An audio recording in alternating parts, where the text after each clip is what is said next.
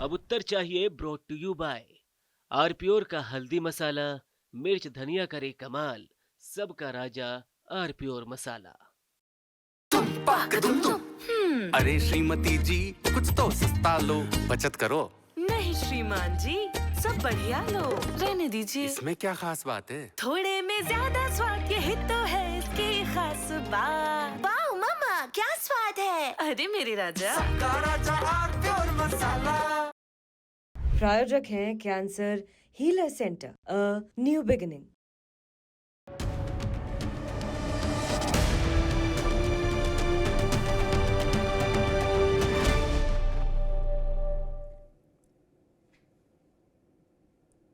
संभल पर दो बातें बड़ी महत्वपूर्ण हुई हैं। पहली बात तो ये कि उच्च न्यायालय ने संभल की उस कथित शाही जामा मस्जिद को विवादित संरचना मान लिया। मैंने कुछ दिनों पहले ये विषय इसी शो में उठाया था कि संभल में जो इमारत है जिस पर विवाद है उसको विवादित इमारत क्यों नहीं कहा जाए, किसी एक पक्ष की इमारत कैसे घोषित किया जा सकता है। और मैंने उदाहरण दिया था कि राम जन्मभूमि के समय भी, उस आंदोलन के समय भी सरकार में और अदालत में दोनों जगह राम जन्मभूमि स्लैश या डैश बाबरी मस्जिद लिखा जाता था या डिस्प्यूटेड साइट। किसी एक को टाइटल दे दिया तो फिर काहे का मुकदमा। तो एक तो ये बड़ी घटना घटी कि वो डिस्प्यूटेड साइट है, और दूसरी बड़ी घटना ये घटी कि उत्तर प्रदेश के मुख्यमंत्री ने विधानसभा के पटल पर, अब विधानसभा के पटल से पवित्र कोई चीज नहीं हो सकती, महत्वपूर्ण कोई चीज नहीं हो सकती, योगी आदित्यनाथ ने ऐलान कर दिया कि संभल में जो सनातन का है वो सनातन को मिलना ही चाहिए, इससे कम कुछ भी स्वीकार नहीं, कुछ भी मंजूर नहीं। 68 तीर्थ और 19 कूप, इनके पुनरुद्धार जीर्णोद्धार तक अभियान जारी रहेगा। तो संभल पर सारी धुंध हटा दी योगी जी ने। अब कहीं कोई कुहासा नहीं है संभल पर, कहीं कोई धुंध नहीं है कि संभल में क्या होगा।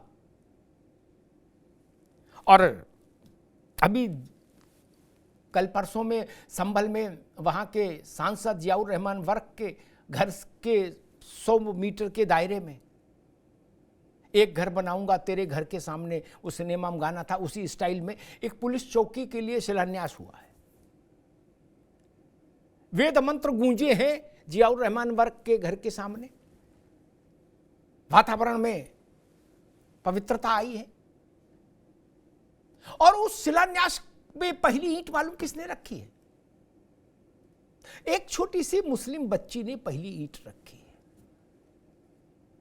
शासन से पूछा गया कि भाई ये क्यों बना रहे यहां, तो शासन का उत्तर भी वही था कि बच्चियां सुरक्षित रहें, महिलाएं सुरक्षित रहें, बहन बेटियां सुरक्षित रहें, इसके लिए ये चौकी बनाई जा रही है। तो एक तो संभल में देवोत्थान की प्रक्रिया अभी जारी है, एक तो ये मैसेज। और एक विषय और भी उठा, वो एक तो संभल में समाजवादी पार्टी फंसी, उसके सांसद कई मुकदमों में भी फंसे हैं और राजनीतिक तौर पर भी उलझ गई पार्टी वहां। और दूसरा संकट आ गया औरंगजेब से बैठे ठाले। संभल में तो चलो एक क्रोनोलॉजी है, यहां तो क्रोनोलॉजी भी नहीं थी। मुंबई से बवाल आ गया लखनऊ। अबू आजमी हैं तो खैर यूपी के, पूर्वांचल के, आजमगढ़ के, लेकिन उनका अब कामकाज वहीं है मुंबई। वो अचानक से औरंगजेब के इश्क में गिरफ्तार हो गए। गिरफ्तार हो गए तो बहकी बहकी बातें करने लगे औरंगजेब के सम्मान में, बवाल हो गया।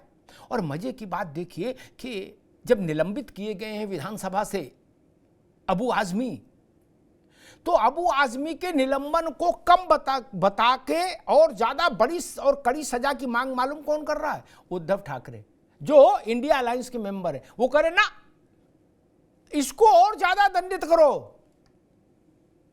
और उसी इंडिया अलायंस में अखिलेश यादव जी भी हैं। अखिलेश यादव जी ने भी अबू आजमी के पक्ष में झंडा उठा लिया।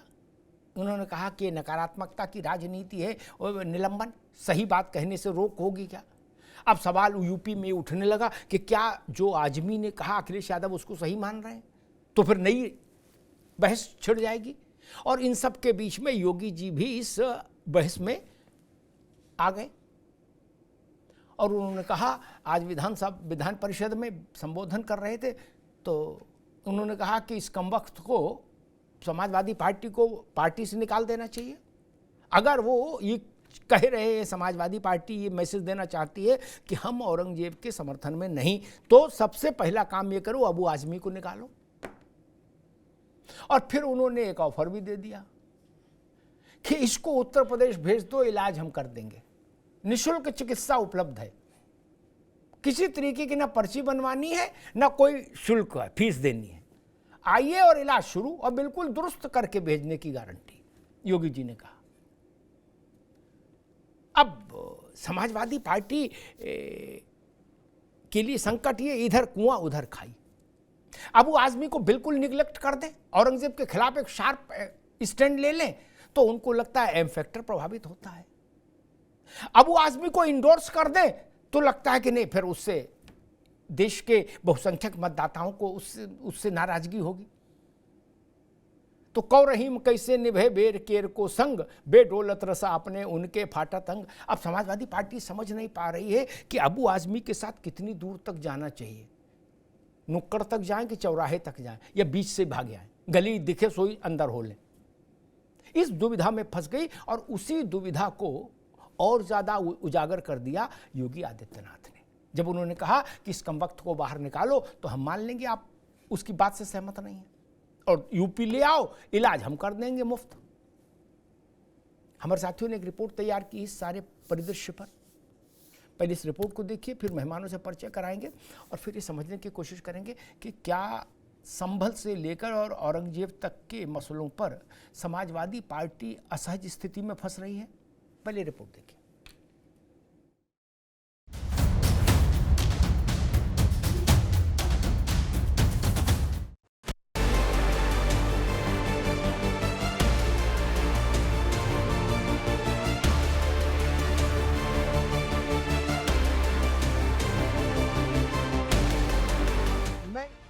संभल के दंगल में आए दिन सामने आ रहे एंगल के बीच सीएम योगी आदित्यनाथ के बयान ने इस घमासान में तमाम लोगों को हैरान कर दिया।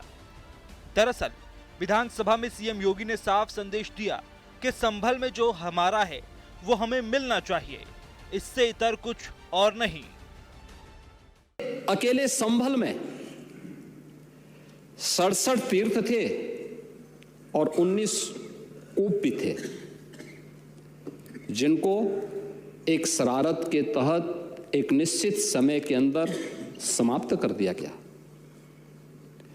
और जिनमें से 68 तीर्थों में से 54 तीर्थों को ढूंढना ये तो हमारी विरासत का हिस्सा है, और हमने तो वही किया, हमने तो वही कहा है कि जो हमारा है वो हमें मिल जाना चाहिए। हम उससे इतर कहीं नहीं जा रहे हैं, उससे इतर कहीं नहीं। और 19 जो कूप हैं उन्हें भी मुक्त कराया गया है। सच कड़वा होता है और उस कड़वे सच को स्वीकार करने की सामर्थ्य भी होनी चाहिए। सीएम योगी ने संभल के बदले हुए भूगोल में इतिहास के पन्ने पलटते हुए कहा कि साजिश के साए में संभल के 68 तीर्थों और 19 कूपों की निशानी मिटाने की कोशिश की गई।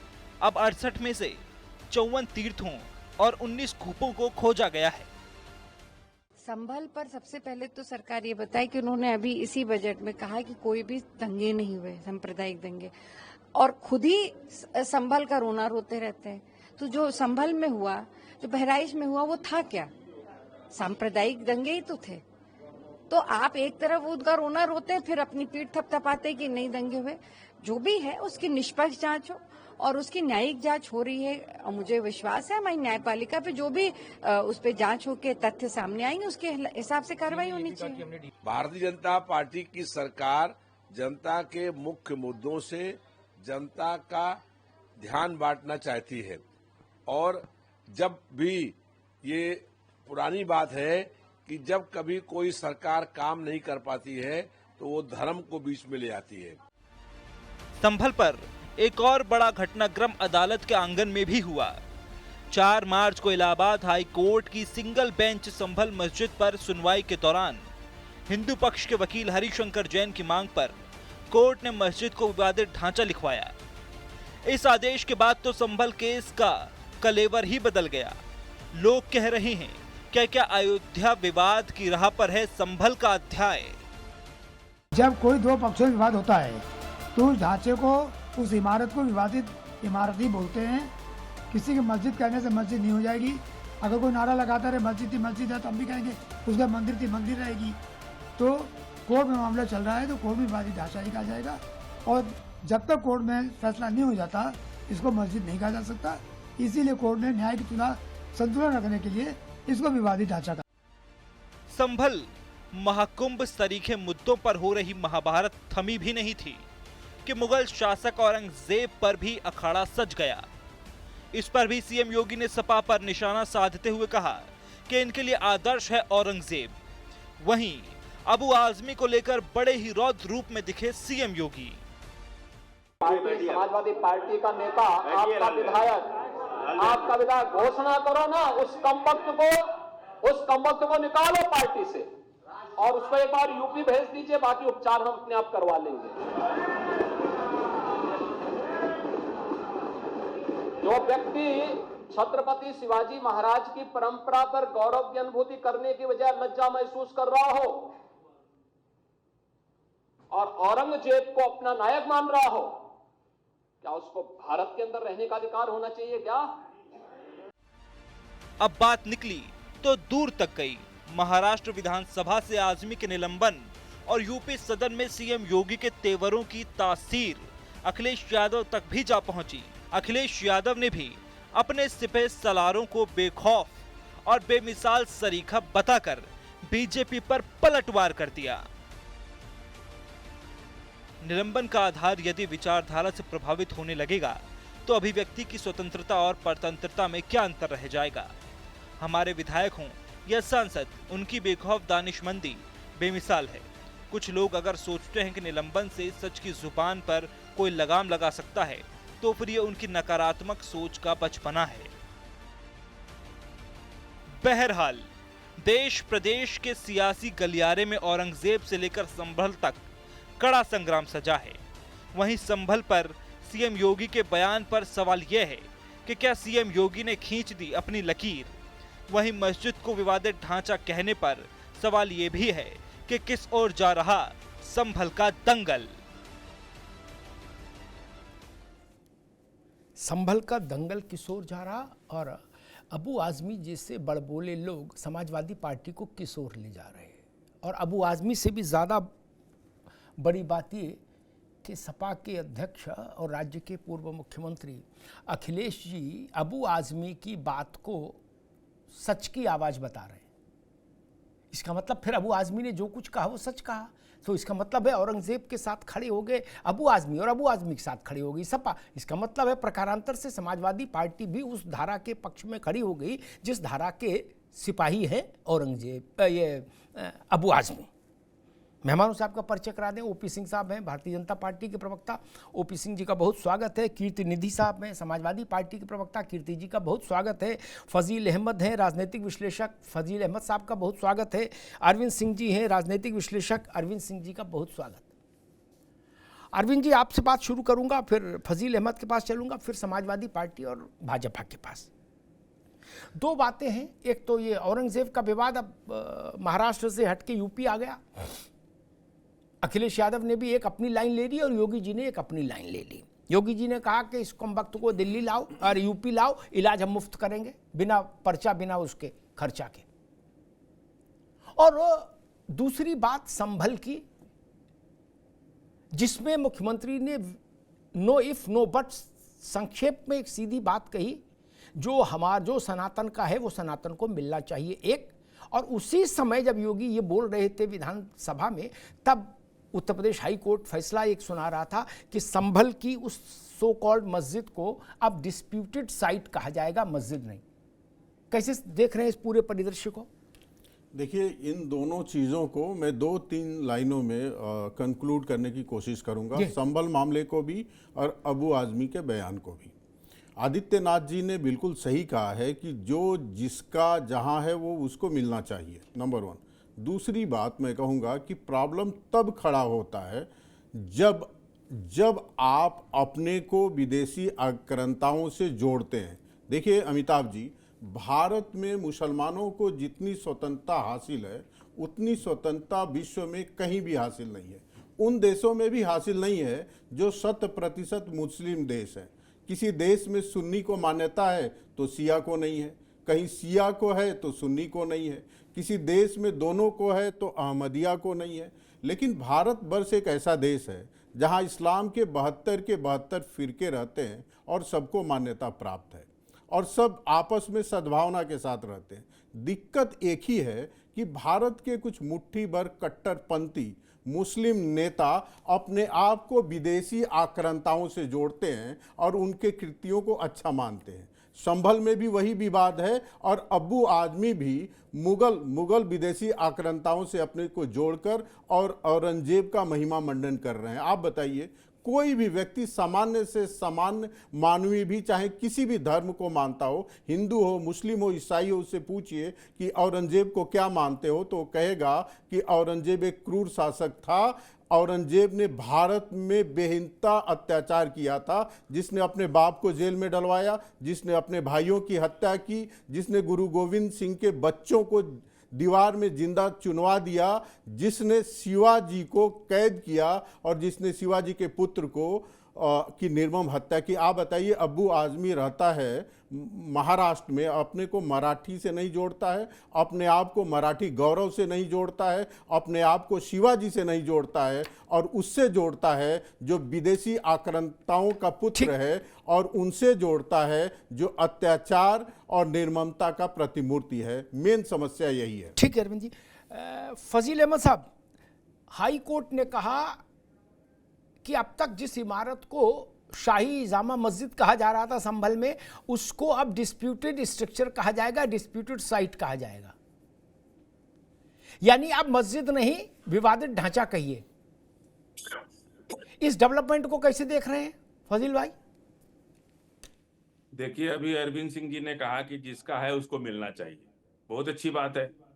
तो बौद्ध गया में पिछले 15 दिन से बौद्ध भंते लोग भूख हड़ताल करके बैठे हैं कि बौद्ध मंदिर बुद्धों का है और तथागत बुद्ध वहीं ज्ञान की प्राप्ति किए, पूरी दुनिया के बुद्ध वहां आते हैं और उस पर कब्जा ब्राह्मणों का है। ऐसी तरह से ये लोग जैन मंदिरों पर, मस्जिदों पर, पूरे देश की धर्म स्थल जहां जहां से पैसे आते हैं, ये लोग की नजर वहां रहती है उसको कब्जा करने की।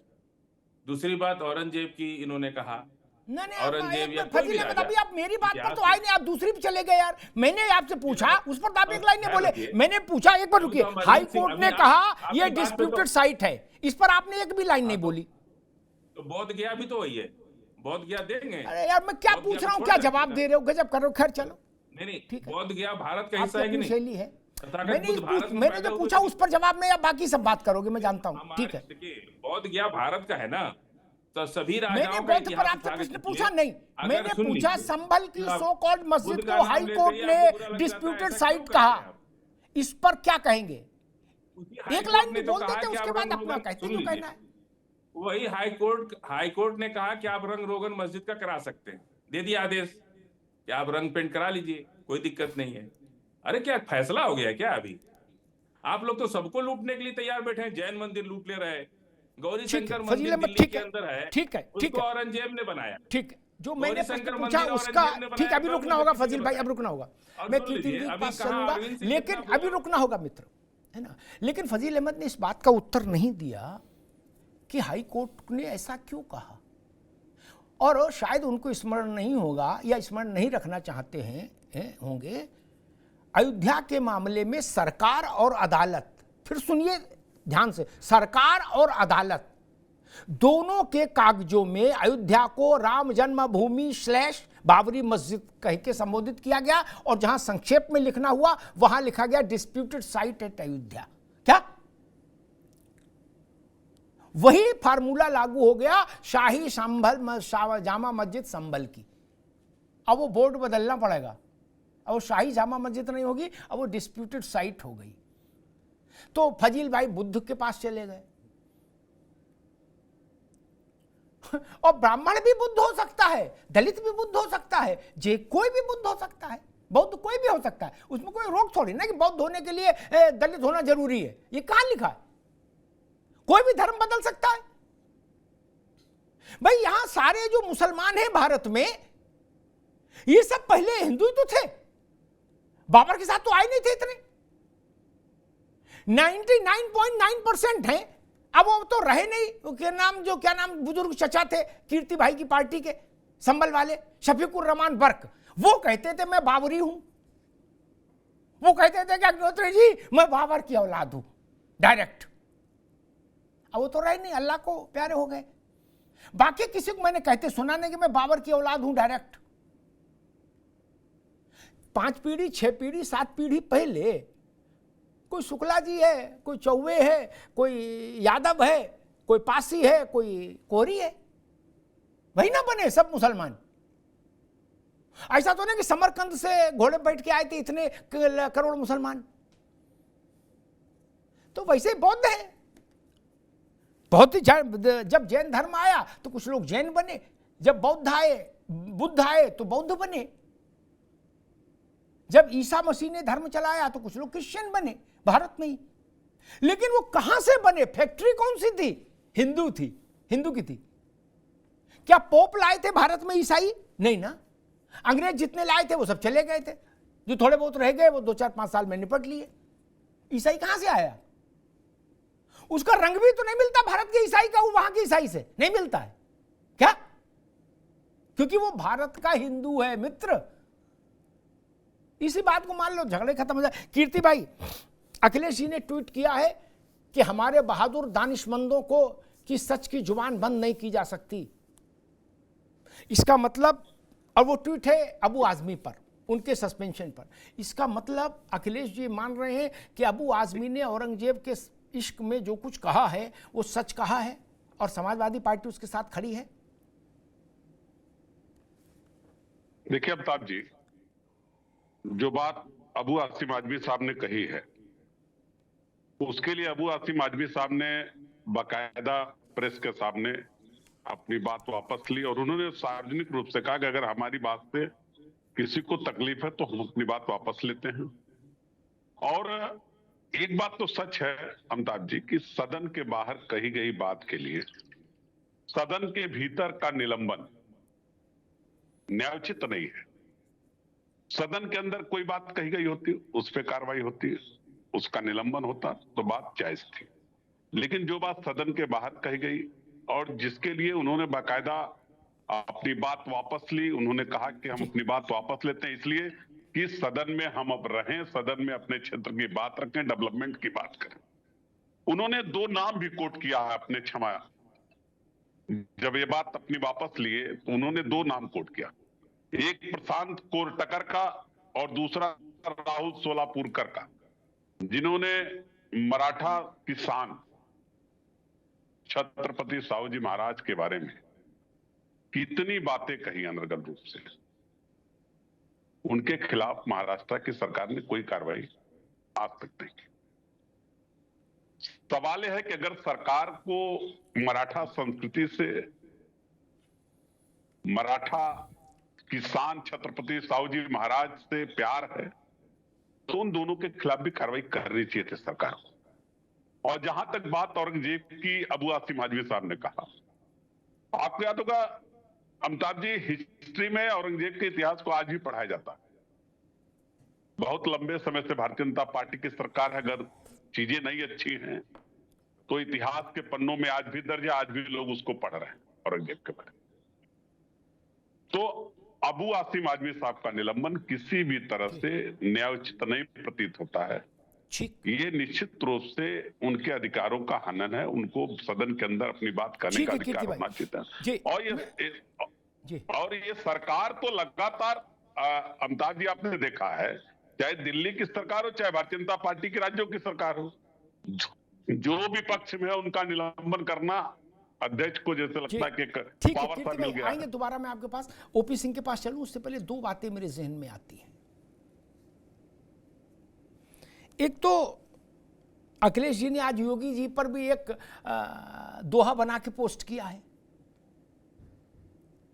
अवधि में शायद बनाया है दोहा। मुझे केजरीवाल याद आते हैं, कीर्ति भाई। केजरीवाल ने सबसे पहले तिहाड़ से जब वो निकले थे जमानत पर, मुक्त होके नहीं, जमानत पर निकले थे शराब वाले मसले में, तो उन्होंने भगत सिंह की तरीके से जीप, खुली जीप में खड़े होकर हाथ कहा था और कहा था मेरे पास एक गुप्त जानकारी आई है। लोगों ने पूछा क्या आई है भाई? बोले 2 महीने के भीतर, 3 महीने के या 2 महीने के भीतर योगी हटा दिए जाएंगे, पक्की जानकारी है। क्या उन जो योगी को हटाने की पक्की जानकारी दे रहे थे, जनता ने उनका बोरिया बिस्तर ऐसा बांध दिया, उनको एमएलए नहीं होने दिया। मुख्यमंत्री छोड़ो, एमएलए नहीं होने दिया। क्या एमएलए नहीं हुए ना? मसला ये नहीं कि किस इतिहासकार ने क्या लिखा, कीर्ति भाई आएंगे आपके पास तब बताएगा। मसला ये नहीं कि किसने, इतिहासकार ने क्या लिखा। जो लोग राजनीति में हैं उनको इतनी समझ रखनी चाहिए। आप महाराष्ट्र में खड़े होकर महाराष्ट्र में शिवाजी महाराज से बड़ा गौरव का केंद्र कोई है क्या? कोई पार्टी हो? इसीलिए उद्धव ठाकरे कह रहे हैं कि इसको कम मारा आजमी को, इसको परमानेंट बाहर करो। उद्धव ठाकरे तो आपके रिश्तेदार हैं ना, इंडिया अलायंस में ही है उद्धव। वो कह रहे हैं आजमी को हमेशा के लिए भगाओ। शिवाजी महाराज की खिलाफत नहीं चल पाएगी महाराष्ट्र में, इसीलिए अबू आजमी को माफी मांगनी पड़ी। वो जान गए कि गलत नंबर डायल हो गया है मित्र। और मैं हैरान ये हूं कि उस अबू आजमी को जहां महाराष्ट्र में माफी मांग ली उन्होंने अपनी जान बचाने के लिए, वहां लखनऊ में समाजवादी पार्टी काहे कूद पड़ी कि सच की जुबान है अबू आजमी। बताइए, अबू आजमी के नाम पर कोई 2 वोट है उत्तर प्रदेश में? नहीं। महाराष्ट्र में भी नहीं है बहुत ज्यादा प्रभाव, लेकिन चलो उत्तर प्रदेश में तो कुछ नहीं है ना। मैं हैरान हूं, कौन सा विजडम है जिसके तहत आपने अबू आजमी पर मोर्चा खोल दिया? बड़ा प्रश्न है ये। और अखिलेश जी ने खुद खोल दिया। कीर्ति निधि पांडे से खुलवाते समझ में आता, अनुराग भदौरिया खोलते समझ में आता, खुद अखिलेश जी उतर आए मैदान में, कह रहे सच की जुबान है आजमी की। आजमी की जुबान अगर सच की जुबान है शिवाजी के महाराज शिवाजी के नाम पर, तो फिर महाराष्ट्र में इसके बाद वोट मांग कर देखिएगा, जनता बताएगी कि शिवाजी कहां कौन है और औरंगजेब कौन है। देश की जनता बताएगी कि औरंगजेब कौन है और शिवाजी कौन है। ओपी सिंह जी, संभल की इमारत अब मस्जिद नहीं डिस्प्यूटेड साइट कहलाएगी, एक विषय। दूसरा 68 तीर्थ और 19 कूप, इसके संदर्भ में योगी जी ने विधानसभा में कहा कि जो हमारा है वो हमको मिलना ही चाहिए, इससे इतर कुछ भी मंजूर नहीं। लाइन बिल्कुल क्लियर हो गई कि क्या होना है संभल में। ओपी सिंह जी, जामा मस्जिद जिसको कहते हैं संभल में, अगर उसको विवादित ढांचा कहा है तो संविधान की दुहाई देने वालों को सबको मानना चाहिए, चाहे हिंदू हो चाहे मुसलमान हो। क्योंकि इसके पहले भी अयोध्या में राम मंदिर के और तमाम तरह की ज्ञानवापी सब मामलों में हिंदू मुस्लिम सभी मान तो मानना पड़ेगा। बड़ बोले फल से काम नहीं चलेगा, चाहे हम हो और चाहे जो है रामगोपाल यादव, इसी के बड़बोले पन से या ओवैसी के बड़बोले बनने से न संविधान चलेगा न न्याय। तो वो तो क्लियर। देखिए, इसमें हम डिबेट करने बैठना, बाकी सब कुछ क्लियर। कोई बात ऐसी नहीं है कि सपा प्रवक्ता क्या बोलेगा, भाजपा का क्या बोलेगा, राजनीतिक विश्लेषक क्या बोलेगा, ये सब कुछ क्लियर है। और दूसरी बात, संभल में वही हो रहा है जो होना चाहिए। क्या होना चाहिए? जिसका मुख्यमंत्री जी ने बहुत साफ शब्दों में कहा, जिसका जो है उसको दे दिया जाए। तो किसका बचा है लेने के लिए? हिंदुओं का बचा। क्या बचा है? आप 2012 से पहले जामा मस्जिद के पास जो मंदिर था उसमें हिंदू पूजा अर्चना मुंडन अलग तरह से सब करते थे। अरे एक सरकार आई जो 1992 में पैदा हुई, एक सरकार 1992 में पार्टी बनी और एक 1947 से बनी। दोनों का इतिहास समान है, दोनों का इतिहास का मेल खाता है, मुस्लिम तुष्टीकरण। इसके लिए जिस हद तक जाना हो ये दोनों पार्टियां जाएगी, जा रही है, भले उनका सत्यानाश और सर्वनाश। तो उन्होंने तो यही कहा ना कि 68 सीट, और ये 68 सीट योगी जी ने खोज के नहीं निकाला। संभल के इतिहास में 68 सीट और 19 कूप, इसमें 54 सीट और 19 कूप मिल चुके हैं। 1,27,00,000 रुपया जारी भी हो चुका है उन कूपों के जीर्णोद्धार के लिए। तो जो हमारा दे दो। आपने पढ़ा होगा, अभी कल परसों के अखबार में था कि 56 वर्षों बाद, कितने 56 वर्षों बाद जो शिव मंदिर बंद था उसमें हिंदुओं ने जल चढ़ाया। ये काहे की स्थिति बनी भाई? आपने संभल में क्या कर दिया? समाजवादी पार्टी की सरकार आई, पूजा पाठ बंद कर दिया, पिछले कूप थे काट दिया, तीर्थ को ढक दिया, मंदिरों में दीवार चुनवा दिया। अरे भैया ये तो मैंने किताबों में पढ़ता था मुगलों के आक्रांतकों को, जैसे आक्रांताओं के बारे में, सोमनाथ मंदिर तोड़ दिया, अयोध्या तोड़ दिया, मथुरा तोड़ दिया, काशी तोड़ दिया और जिंदगी भर का बीज बोझ से गए। इसका जो है उसको मिलेगा, आज नहीं कल मिलेगा, संविधान के हिसाब से मिलेगा, कोर्ट के हिसाब से मिलेगा, और वो मिलेगा और हिंदू जाग चुका, ले चुका। दूसरी बात, एक पार्टी ऐसी बनी है जिसको बड़ा आनंद आता है, चाहता है बोलवाओ करवाओ, कुंभ के खिलाफ बोलो, हिंदू देवी देवता के खिलाफ बोलो, सनातन धर्म के खिलाफ बोलो, देश के महापुरुषों के बारे में बोलो। और आदर्श किसको मानते हैं? आदर्श उसको मानते हैं जो विदेशी आक्रांता है, औरंगजेब, चंगेज खां, बाबर, इनको अपना वो आदर्श मानते हैं। चंगेज खां तक नहीं गए मेरे ख्याल से, अभी चंगेज खां तक निगाह नहीं गई। आदर्श नहीं मानते। वर्तमान की पीढ़ी जो है वो मुख्तार अंसारी को, अतीक को, इनको आदर्श मानते हैं और सभी में राष्ट्र भक्तों को आदर्श नहीं मानते। और ये देखिए, इस देश के रहने वाले जनता द्वारा चुने हुए संवैधानिक अबू आजमी ने जिस भाषा का प्रयोग किया, उन्होंने जानते क्या कहा? इंटरव्यू पढ़िए, उन्होंने कहा कि देश के विकास में औरंगजेब का बहुत बड़ा योगदान है और इस देश को राम राज्य बनाने में औरंगजेब का है। उन्होंने मंदिर बना। अरे भाई ठीक, अब कहाँ की बात करते? अच्छा, एक समाजवादी पार्टी को और सूट करता, जो लोग पिता का अपमान करते हैं वो समाजवादी पार्टी के नायक हो जाते, चाहे जो भी हो, जैसे भी हो। क्या मतलब? उसने अपने पिता का अपमान कर दिया, ये मान लीजिए कि समाजवादी पार्टी में वो एक प्रकार का नायक, क्योंकि इनको भारतीय संस्कृति से नहीं लेना। कीर्ति भाई, ये मामला तो ओपी सिंह आरोप लगा रहे हैं कि जो पिता का अपमान करे, जो पुत्र समाजवादी पार्टी को उसमें अपना आइकॉन दिखता है। देखिए ओपी सिंह जी, औरंगजेब की हिस्ट्री तो खैर जाहिर है कि उसने अपने पिता को बंद कर दिया था और पानी के लिए भी तरसा दिया था। जी सुनिए अग्निहोत्री साहब, आपने अभी केजरीवाल साहब की बात की, वही से शुरू करूंगा जी, कि केजरीवाल साहब योगी जी के हटाने की बात कर रहे थे और अपने हट गए, अपने तक नहीं जीत पाए। उत्तर प्रदेश के डिप्टी सीएम भी चुनाव हार गए थे। उत्तर प्रदेश में 5 साल डिप्टी सीएम रहने वाले भी चुनाव हार गए थे उत्तर प्रदेश के अंदर। ठीक है, जो अखिलेश यादव को चुनौती देते रहे चौराहे चौराहे घूम के, उनको जनता ने हरा दिया। और ओपी सिंह जी क्या कहेंगे? भारतीय जनता पार्टी में एक नहीं कईयों उदाहरण मिलेंगे। आ रहा वक्त, यही प्रवक्ता बचाव करेंगे जब 75 वर्ष के ऊपर के प्रधानमंत्री को हटाने की बात आएगी, संरक्षक मंडल में भेजने की बात आएगी, तो यही प्रवक्ता हाय तौबा मचाएंगे और तब आप भी नहीं सवाल पूछेंगे कि 75 साल हो गया क्यों नहीं हटेंगे मोदी जी, आप भी नहीं पूछेंगे।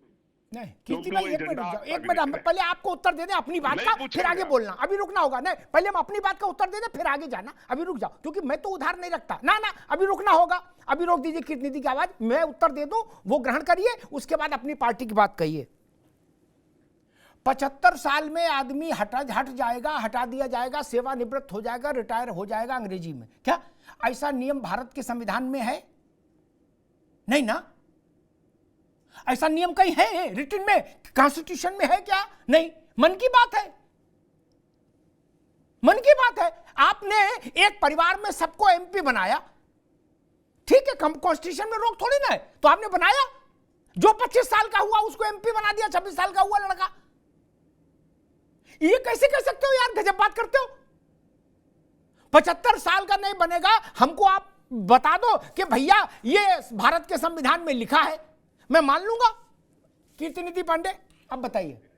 आपको नहीं मालूम है, आपको नहीं मालूम इस बात की कि हमको सब मालूम, आपको क्या मालूम है वो बता दीजिए ना, कहां लिखा है? संरक्षण मंडल ने क्या तय किया, कहां लिखा है? मुझे एक रिटन दस्तावेज दिखाइए। कीर्तिनिधि, आई एम सॉरी, चिल्लाने से काम नहीं चलेगा, आई एम सॉरी, मुझे एक रिटन दस्तावेज, अभी रुकिए, ठीक है, अभी मैं कीर्ति जी को एक स्पेशल प्रिविलेज देता हूं, मेरे मित्र हैं इसलिए। जब तक मैं दोबारा आपके पास आऊं, गूगल से ढूंढ कर रखिए एक दस्तावेज, एक डॉक्यूमेंट जो ये, जिसमें ये नियम बना हो कि 75 पर नहीं छोड़ोगे कुर्सी तो जेल भेज दिए जाओगे। मुझे ढूंढ के रखिएगा, दोबारा आऊंगा, और नहीं ढूंढ पाए तो कहिएगा कि हाँ मैं गलत था, मेरी जानकारी नहीं थी। ठीक ठीक बात। अब मैं दूसरे विषय पे आता हूं। अरविंद सिंह जी, कहा जाता है कि बुनियादी मुद्दों से ध्यान भटकाने के लिए भाजपा ने वो बात की, ये बात की, दैट किया, दिस किया, कहा जाता ना। अभी भी कह रहे थे, मेरे ख्याल से शिवपाल जी भी कह रहे थे और बाकी लोग भी कह रहे थे, रविदास मेहरोत्रा जी भी कह रहे थे, औरंगजेब महान था। ये विषय बुनियादी मुद्दों के लिए उठाया गया है। इससे रोजगार आएगा, इससे कानून व्यवस्था बनेगी, इससे हाईवे बनेंगे, इससे गरीब महिलाओं बच्चियों की शादी होगी। ये बोलना इसलिए जरूरी था क्योंकि सपा तो कहती है हम तो बुनियादी मुद्दों पर रहते हैं केवल। क्या औरंगजेब महान है, ये बुनियादी मुद्दा है भारत का? अरविंद सिंह, देखिए, ये सभी जानते हैं कि समाजवादी पार्टी केवल मुस्लिम वोट बैंक को पक्का करने के लिए और बनाए रखने के लिए ऐसे उलूल जुलूल इश्यूज को उठाती है। मैं तो कहूँगा कीर्तिनिधि पांडे जी, आप किसी की मत मानिए।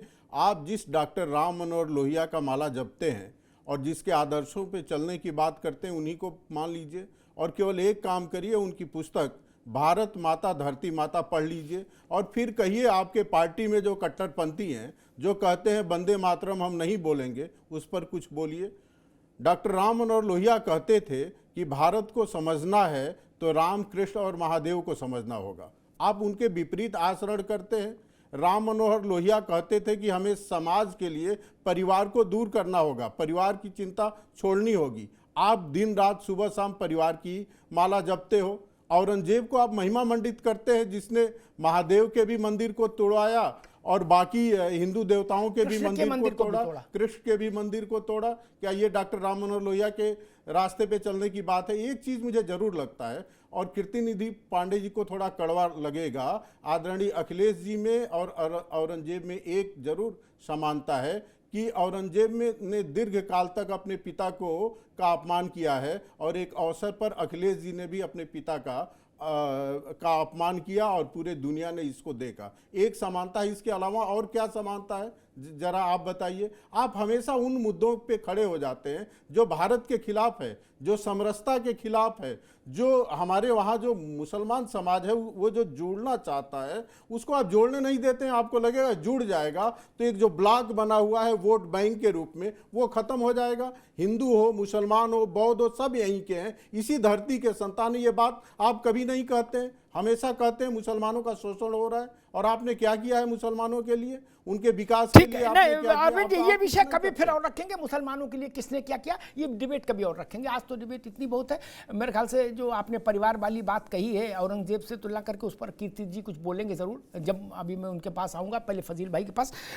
फजील भाई, औरंगजेब महान है, ये महान था, ये बुनियादी मुद्दा है, इससे रोटी रोजगार का मसला हल होता है? बस ये जानना चाह रहा था। देखिए अमिताभ जी, आप इन लोगों को 5-7 मिनट देते हैं और हमको 5 सेकंड में चुप करा देते हैं। हम भी जो है कभी कभी आपके प्यार में आ जाते हैं। मेरे साथ गलत तो खेल ही नहीं सकता आदमी। मैं इसे अभी रोक दीजिए इनकी आवाज। एक पिछली बार, अभी रोकिए आवाज। पिछली बार आप 3.25 मिनट बोले फजील अहमद, ये झूठ मत बोला करिए। पिछली बार आप 3.25 मिनट बोले, लिख लीजिए इसको, 3.25 मिनट। क्या मेरे साथ झूठ नहीं मित्र ना, ढेर चैनल है, आप सब जगह जाते हो, ये सब खेलो कबड्डी, मेरे साथ नहीं प्लीज, मेरे साथ नहीं, कबड्डी दूसरी जगह खेला करो। आप मुझे आज से जान रहे हो यार, मैं प्रमाण दे दूंगा तो आपके लिए मुश्किल हो जाएगी। आप 4.25 मिनट बोले हैं, समझ गए ना? अब बोलिए। सुनिए ना आप जी। देखिए, आपने कहा कि हम लोग हिंदू थे, हम लोग कभी हिंदू नहीं थे। इस्लाम के आने से पहले हम लोग दलित थे और महाबली बाली के वंशज थे, और आज भी अपने को हम महाबली बाली का वंशज मानते हैं। हम लोग दलित हैं और दलित से मुसलमान बने। और रहा सवाल कि सभी के धर्मों की इज्जत करना, हम लोग कभी भी, और बात आई औरंगजेब पर, तो कोई भी राजा अपने क्षत्रपों को खुली छूट दे दे, कोई अपने ऊपर खिलाफत वालों को रेड कारपेट बिछाता है क्या?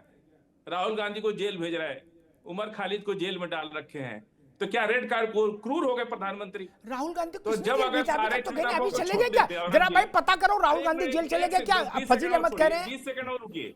अरे नहीं, आप गलत बात बोल दो यार, टीवी पर कैसे मान लेंगे आपकी बात? को छोड़ देते, आपको समझ ही नहीं। अरे सुनिए ना पहले, औरंगजेब ये घर नहीं ना आपका, को छोड़ देते फिर नहीं बोल। एक मिनट अभी रोकिए, इनकी आवाज रोकिए, स्ट्रिक्टली रोकिए। फजील अहमद ने ये जो कहा है कि राहुल गांधी को जेल भेजा गया, ये झूठ है। फजील अहमद ने ये झूठा प्रचार किया है, हम इससे अपने को असंबद्ध करते हैं, ये फर्जी प्रचार है। जी, अब आप पूरी बात करिए। राहुल गांधी देश में विपक्ष के नेता हैं, उनके बारे में ऐसा फर्जी प्रचार नहीं करना चाहिए। वो लोकसभा में एलओपी हैं, लेकिन ठीक है, फजील अहमद ने किसी गुप्त इंटेंशन से ऐसा किया होगा कि राहुल गांधी को जेल भेजा गया। जी नहीं, हम तो सुन ही रहे हैं बाबू। अपने क्षत्रपों को छोड़ देते, सुन लीजिए, अपने औरंगजेब अगर अपने क्षत्रपों को छोड़ देते, तब तो आज भारत खंड खंड में बढ़ गया होता। यह अखंड भारत रहता कैसे? कोई महाराष्ट्र का राजा, कोई दरभंगा का राजा, कोई बनारस का राजा, कोई कलकत्ता का राजा, सारे राजाओं को इकट्ठा करके ना औरंगजेब ने अखंड भारत बनाया। अगर सारे को छोड़ देते तब तो आज भारत रहता ही नहीं, सारे छोटे छोटे राज्यों में बढ़ गया होता। कोई महाराष्ट्र कब्जा कर लेता है, कोई बंगाल कब्जा कर लेता है, कोई बिहार कब्जा। इन सारे क्षत्रपों को मजबूती से जवाब देने के बाद भारत को अखंड भारत बनाए रखने में औरंगजेब का कितना बड़ा हाथ है। नहीं तो कहां से लोग कितने कितने हमले किए। अब जिसको इतिहास नहीं पता, जो आरएसएस ने अलग, बीजेपी ने अपना अलग इतिहास बना रखा है। अरविंद सिंह वही सुबह सुबह व्हाट्सएप पढ़ के चले आते हैं कि ये हो गया, ठीक, वो हो आगे गया, फजील अहमद, आप 3.25 मिनट बोले हैं। मेरे ख्याल से ये आपके लिए प्रसन्नता का विषय, 3.25 मिनट आप बोले, ठीक है ना? आपको बधाई, 3.25 मिनट आप बोले। उसमें कुछ बातें आपने असत्य भी कह दी, जिनका मुझे खंडन करना पड़ा, क्योंकि ये शो मेरे उससे है, इसलिए असत्य बात तो फिर खंडित करनी पड़ेगी, नहीं तो बड़ी प्रतिष्ठा खराब होती। ठीक है, आप बोल सकते हैं असत्य, लेकिन मुझे खंडन करना पड़ेगा। आप मेरे मित्र हो, लेकिन अब आप मेरी मजबूरी जानते हैं, मैं खंडन तो करूंगा मित्र। खैर, अब रुकना होगा। औरंगजेब बता रहे हैं कि भारत एक रहा, बोले हमने इतिहास पढ़ा है। औरंगजेब इतने महान शासक थे कि वो अपने वंश को ऐसा कर गए कि उनके बाद जितने लल्लू लाल बैठे कुर्सी पर, क्या उनको सबने लत्याया, क्या? और वो पैसा देते थे, अपनी इज्जत आबरू सुरक्षित रहे, टोप कलगी में वो बिल्ला लगा रहे कि हम मुगले आजम हैं, इसके लिए। रंगीले शाह रंगीले और मोहम्मद शाह छबीले, क्या नचनिया उनको नहीं मारती थी? मैं बताऊं इतिहास। अरे घुटन्ना उतार देती थी मुगले आजम का, भारत के बादशाह का, और पूरे लाल किला में नंगा करके घुमाती थी। मैं बताऊं इतिहास। और राजा टुल्ल पड़ा रहता था बादशाह, क्या यही मुगलिया वंश है? और एक थे मुगलिया वंश के, सुन लो, ये कहीं नहीं मिलेगा, लिए जाओ। कीर्ति जी, बड़ी अच्छी बात है। एक भारत के सो कॉल्ड शहंशाह मुगलिया वंश के, क्योंकि कहते तो सब अपने को शहंशाह हिंद थे, भले उनका पालम तक भी ना चलता हो जोर। स्थिति ये आ गई थी इनकी कि लाल किले से बाहर निकलने के लिए मेटकॉफ से परमिशन लेनी पड़ती थी कि हुजूर अगर आपकी नजरे इनायत हो जाए तो बंदा थोड़ा हवा खा ले बाहर जाके, क्या ये हैसियत थी। कीर्ति भाई और फजील भाई एक मुगले आजम थे, यानी बाबर के वंश के, लाल किले के सिंहासनारूढ़ व्यक्ति। उन्होंने सभा में मालूम क्या कहा? बुनियादी मुद्दा उठाया एक, जैसे समाजवादी पार्टी कहती कि हमारी रुचि केवल बुनियादी मुद्दों में, तो उनकी भी रुचि केवल बुनियादी मुद्दों में थी। ओपी सिंह जी आप भी सुन लो, कहीं नहीं मिलेगा ये किस्सा। उन्होंने कहा कि ये जो मेरी बेगम है ये जन्नती औरत है, जन्नती मतलब दैवी शक्ति वाली औरत, स्त्री। क्या जन्नती औरत है? लोगों ने कहा हुजूर इसका खुलासा किया जाए। अरे सुनो भाई अरविंद सिंह, बोले हुजूर खुलासा किया जाए। बोले इसके पाखाने में बदबू नहीं आती है, ये जन्नती औरत है, ये हिंदुस्तान का शहंशाह दरबार में कह रहा है। अरे डूब मरो यार, तमाशा बना के रख दिया था और झंडा लिए घूम रहे हो, कुछ तो शर्म कर लो भाई। पेटीकोट और पजामिया पहन के नाचने वाले सिंहासन पर बैठ गए और उन्हीं की आंखों में गरम सलाई भोंक दी आके खिलजी ने, क्या, और साथ में जवान लड़कियां भी उनकी ले गया। जो लोग बता रहे हैं कि मराठाओं ने क्या किया, पेशवाओं ने क्या किया, मराठा देख लेते थे तो मुगल बादशाह को दस्त हो जाता था। वो स्थिति रही है इस दिल्ली में। कैसी बात कर रहे हो यार? औरंगजेब के बाद मुझे एक राजा बता दो बादशाह मुगल वंश का जिसने भारत में कुछ किया हो। औरंगजेब ने हिंदुओं के पैसे को लूटकर अपना खजाना भरा। औरंगजेब ने जजिया कर लगाया जो भारत के माथे पर अब तक का सबसे बड़ा कलंक है।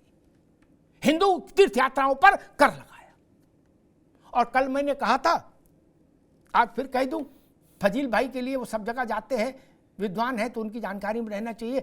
अभी औरंगजेब इनका बताया, मैंने एक और बता दूं, अभी नहीं तो बाद में फजील भाई कहेंगे छोटे बादशाहों की बात कही अग्निहोत्री जी ने, हम की बड़े कह दे रहे, जो बाबर से भी बड़ा है। मुगल में उससे बड़ा कोई हुआ ही नहीं, बाबर भी नहीं और रंगीले शाह रंगीले भी नहीं, अकबर द ग्रेट तो अकबर ही है। कीर्ति भाई बड़ी रोचक बात है, एक विदेशी घूमने आया मुगल दरबार, उसने किस्से लिखे मुगलों के,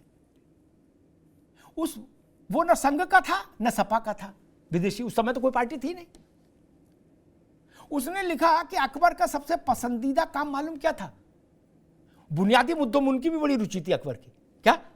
वो हर दिन एक नई वेश्या को बुलाते थे और उससे और उसके ग्राहकों के बीच की जो कहानी है वो सुन के आनंदित हुआ करते थे, अफीम का पान खाकर। बोलो सियावर रामचंद्र की जय, बुनियादी मुद्दों की जय। इनको बता रहे हो ग्रेट, बोले ये भारत बनाए? नमस्ते, ये नहीं बनाए। कीर्ति भाई, ये एक मसला आया कि औरंगजेब सपा को क्यों प्रिय है, इस पर अरविंद सिंह जी ने भी कुछ कहा, ओपी सिंह जी ने, मुझे लगता है आप उस पर जरूर टिप्पणी करना चाहेंगे। देखिए, मैं बात वहीं से शुरू करूंगा जिसकी आप संविधान की कॉपी मांग रहे थे कि 75 साल के बाद रिटायर होने वाला संविधान कहाँ है। जी, ये संविधान भारतीय जनता पार्टी के सीनियर नेताओं ने बनाया। ये संविधान मोदी जी की राजनीति में, भारतीय राजनीति में उदय होने के बाद बना, गुजरात की राजनीति नहीं, भारतीय राजनीति में। और उसी के तहत चाहे वो अडवाणी जी हो, चाहे मुरली मनोहर जोशी जी हो, और चाहे उस तरीके जितने नेता हो, सबको उन लोगों ने संरक्षक मंडल में रखा और बाकायदा अखबारों में छपा कि 75 साल के बाद लोग संरक्षक मंडल में जाएंगे। अब आपको नहीं पता तो ये बात मैं नहीं कर। कीर्ति जी, मुझे फिर रोकना पड़ेगा। आप लोग असल में क्या है, नहीं अभी मुझे स्क्रीन पर दिखा दीजिए कि किसी भाजपा के नरेंद्र मोदी ने, अमित शाह ने, राजनाथ सिंह ने, गडकरी ने, जो भी अध्यक्ष रहे, किसी ने ये कहा हो विज्ञप्ति जारी करके कि 75 साल पूरे होने पर अडवाणी जी को हटा दिया गया? दिखा दीजिए, मैं अपनी माफी मांग लूंगा, भेज दूंगा, दिखा दीजिए, व्हाट्सएप कर दूंगा। अखबारों में भी छपा था कि 75 अरे अखबार में तो बहुत कुछ सब छपता है, उम्र के लोगों, अखबार में तो औरंगजेब वाली बात भी छपी थी एक बार। अखबार की बात गलत, आपकी बात सही केवल। जी हाँ, आपने जो कहा वो सही, ना खाता ना वही। जी, अखबार गलत, सारे चैनल। प्रमाण दे दीजिए, मान लूंगा, कहा वो सही, प्रमाण दे दीजिए, मान लूंगा, प्रमाण दे दीजिए, मान लूंगा, अखबार प्रमाण दे दीजिए, मान लूंगा, दिखा दीजिए प्रमाण। अखबार की सैकड़ों कटिंग। अरे अखबार नहीं, आप कह रहे प्रमाण दिखाइए ना, मैं जो कह रहा हूँ वो क्यों नहीं सुन रहे आप? अरे बयान कहाँ छपते नेताओं के? अखबारों में ही छपते हैं। नरेंद्र मोदी के नाम से बयान छपा है क्या? नरेंद्र मोदी, राजनाथ सिंह, नितिन गडकरी, इन तीन के नाम से, अमित शाह चार के नाम से बयान छपा हो, दिखा दीजिए, मैं माफी मांग लूंगा। और नहीं तो आपको माफी मांगनी होगी। बात गलत है क्या? नहीं, तब आपको माफी मांगनी होगी, माफी मांगनी होगी फिर तो कीर्ति भाई। माफी मांग ले, हाँ, मांगनी पड़ेगी, ठीक, अब रुकना होगा, अब रुकना होगा। मैं ओपी सिंह के पास जाऊं उससे पहले फिर दोहरा दूं, कीर्ति निधि जी इस बात की पड़ताल करके ये प्रमाण हमको भेजेंगे। नरेंद्र भाई मोदी, अमित शाह, राजनाथ सिंह और नितिन गडकरी, इन 4 नेताओं के नाम से कोई विज्ञप्ति जारी हुई हो, कोई बयान जारी हुआ हो, ऑडियो वीडियो, जिसमें इन्होंने ये कहा हो कि 75 साल के कारण अडवाणी जी को हटा दिया, अटल जी को हटा दिया, जोशी जी को हटा दिया और जो 75 होगा उसको हटा देंगे। ऐसा वो दिखा देंगे तो मैं क्षमा याचना करूंगा, नहीं तो कीर्ति निधि पांडे जब भी हमारे शो में अगली बार आएंगे तो उनको शुरुआत सबसे पहले क्षमा याचना से करनी होगी। बस इतनी सी निवेदन है, या तो हम माफी मांगेंगे या कीर्ति निधि माफी मांगेंगे। भागने का रास्ता मैं बंद करके जा रहा हूं, एमसी लगाए दे रहा हूं, भागने का अवसर नहीं होगा, क्षमा करिएगा मित्र। या तो आप माफी मांगेंगे या हम। मुझे नरेंद्र मोदी के दस्तखत का वो चीज दिखा दीजिए कि नरेंद्र मोदी ने टाइम्स ऑफ इंडिया को ऐसा बोला, नरेंद्र मोदी ने दैनिक जागरण को ऐसा बोला, दिखा दीजिए, मैं मान लूंगा। और नहीं तो माफी मांगिएगा, झूठ प्रचार नहीं करिए, सच्ची बात बोलिए। ठीक है, मुझे लग रहा था आप अपनी पार्टी की बात बोलेंगे, अब हम अटक गए 75 साल पर। वो 75 में रहे ना रहे, आपका उससे क्या भला होना है? आपका तो कुछ भला होना नहीं। वहां रामलाल बैठे, श्यामलाल बैठे, उससे आपको क्या लाभ हो सकता है? आपको तो लाभ अपनी करनी से होगा, जो कुछ होगा लाभ नफा नुकसान मित्र। खैर चलिए, आपको भाजपा की इतनी चिंता तो ठीक है। ओपी सिंह जी, वही मसला आपने सुना, कीर्ति भाई कह रहे हैं कि 75 साल का नियम भाजपा में बना हुआ है। आप भाजपा के प्रवक्ता हैं, उनकी बात पर प्रकाश डालिए और जरा हमको भी इनलाइटन करिए, हमारा भी ज्ञान बढ़ाइए। भाजपा ने ऐसा संविधान संशोधन कब किया? एक, या नरेंद्र मोदी, अमित शाह, राजनाथ सिंह, नितिन गडकरी, इन चारों में से कभी किसी ने ऑफिशियली ऐसा बोला क्या जो कीर्ति निधि कह रहे हैं अखबारों में छपा है?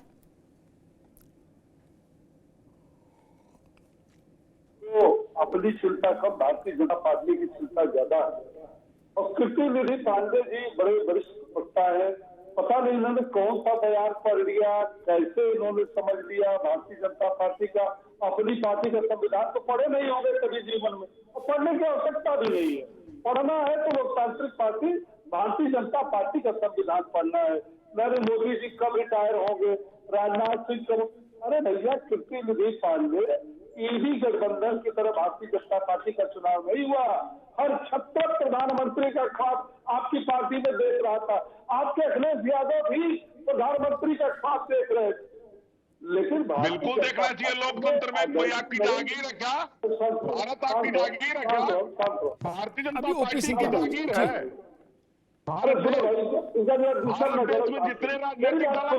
अभी ओपी सिंह की आवाज जी ओपी सिंह जी बोलिए, आप क्या बता रहे हैं? मैं ये कह रहा हूँ कि नरेंद्र मोदी जी के तो नेतृत्व में घोषित करके बाकायदे चुनाव रहा है। 2014 में प्रधानमंत्री भारतीय जनता पार्टी का कौन होगा? नरेंद्र मोदी जी। 19 में भारतीय जनता पार्टी का प्रधानमंत्री कौन होगा? नरेंद्र मोदी जी। 24 का चुनाव किसके नेतृत्व में लड़ा गया? नरेंद्र मोदी जी। ये बात तो साफ थी, समाजवादी पार्टी को होता कुछ तो नहीं हो कि नरेंद्र मोदी जी नहीं होंगे, वही है भी वही। और आगे भी ये जनता का मुंह, जनता और पार्टी तय करेगी कि अब अगला प्रधानमंत्री कौन होगा।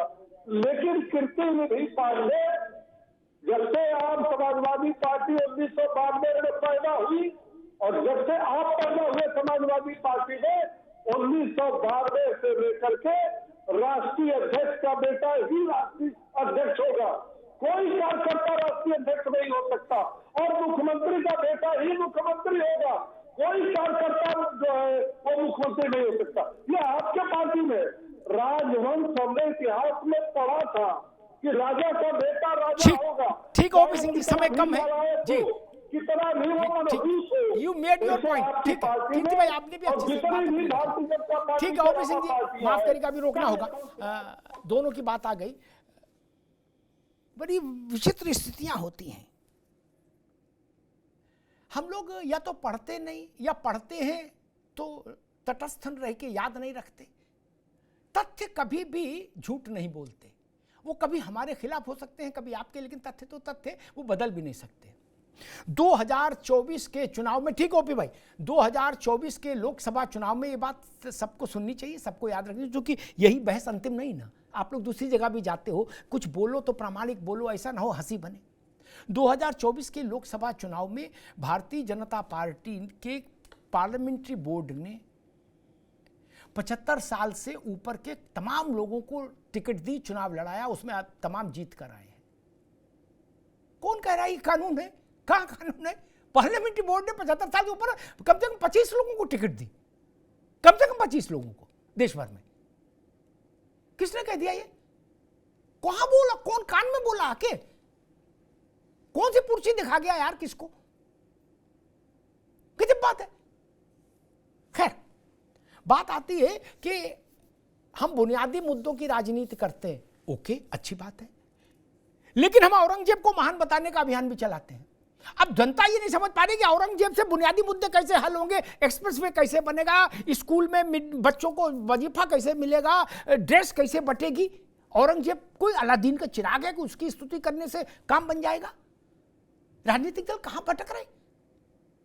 और जो लोग शिवाजी महाराज और औरंगजेब की तुलना करने का दुस्साहस करते हैं भारत की भूमि पर, वो लोग भारत को स्वीकार नहीं होंगे, ये बात सच है। ये सामान्य व्यक्ति से पूछे जिसका सपा बसपा कांग्रेस भाजपा किसी से लेना देना नहीं हो कि शिवाजी महाराज कौन थे और औरंगजेब क्या था। हमने इनकी असलियत बताई ना आपको। अपनी एक बेगम को जन्नती बताने के लिए हुकूमत हिंदुस्तान का बादशाह तख्त पर बैठकर कह रहा है कि इसके पखाने में बदबू नहीं आती। ये रिटन डॉक्यूमेंट है। तमाशा मचा के रखा था मुगलों ने यहां, तमाशा। और यह भी रिटन डॉक्यूमेंट है कि जिल्ले इलाही मां बदौलत अकबर आजम को सबसे ज्यादा पसंद क्या था? कुरान पढ़ना नहीं। ये वामपंथी इतिहासकारों ने फर्जी बाड़ा फैलाया कि अकबर से बड़े बड़े विद्वानों को बुला के उनसे धर्म चर्चा करते थे ना। बोले विद्वानों से चर्चा फजील अहमद की कराओ अलग। बोले आप क्या करोगे? बोले हमारे पास जरा उसको रजिया को भेजो। क्या? हाँ भाई रजिया बताओ, क्या अनुभव है तुम्हारा? तजुर्बा सुनेंगे जिले लाई।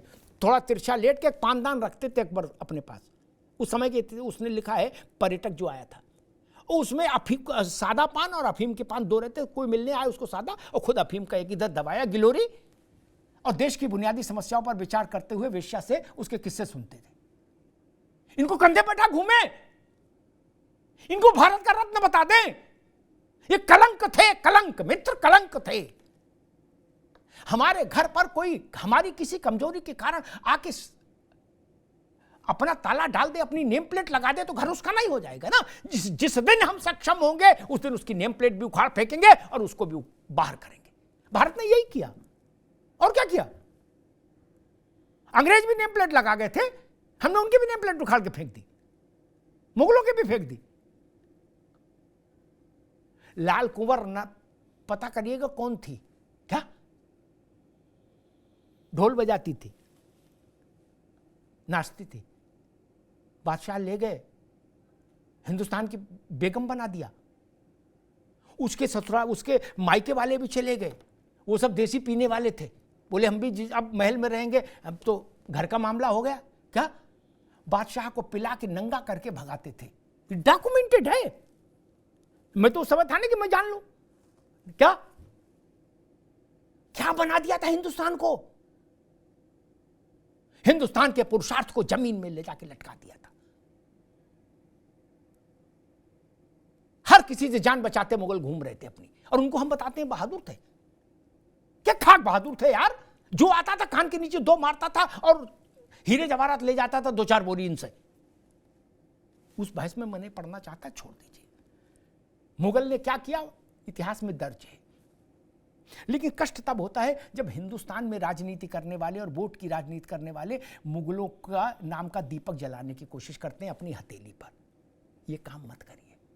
भारत में नायकों की कमी नहीं है। भगवान राम, योगेश्वर कृष्ण और महादेव से शुरू करिए तो भगत सिंह और चंद्रशेखर आजाद से लेकर सावरकर तक एक लंबी श्रृंखला है नायकों की। उन पर गर्व करिए। ये समरकंद से अनपढ़ जाहिल जो आए थे चलकर घोड़ों पर, गधों पर, खच्चरों पर, जो जिंदा घोड़े में कट लगा के उसका खून पानी की तरह पी जाते थे, उनके नाम पर आप ताबीज पहनेंगे? औरंगजेब जैसे मुगलों के नाम पर एक ताबीज और गंडा पहनने की आदत बंद कर दीजिए। धन्यवाद।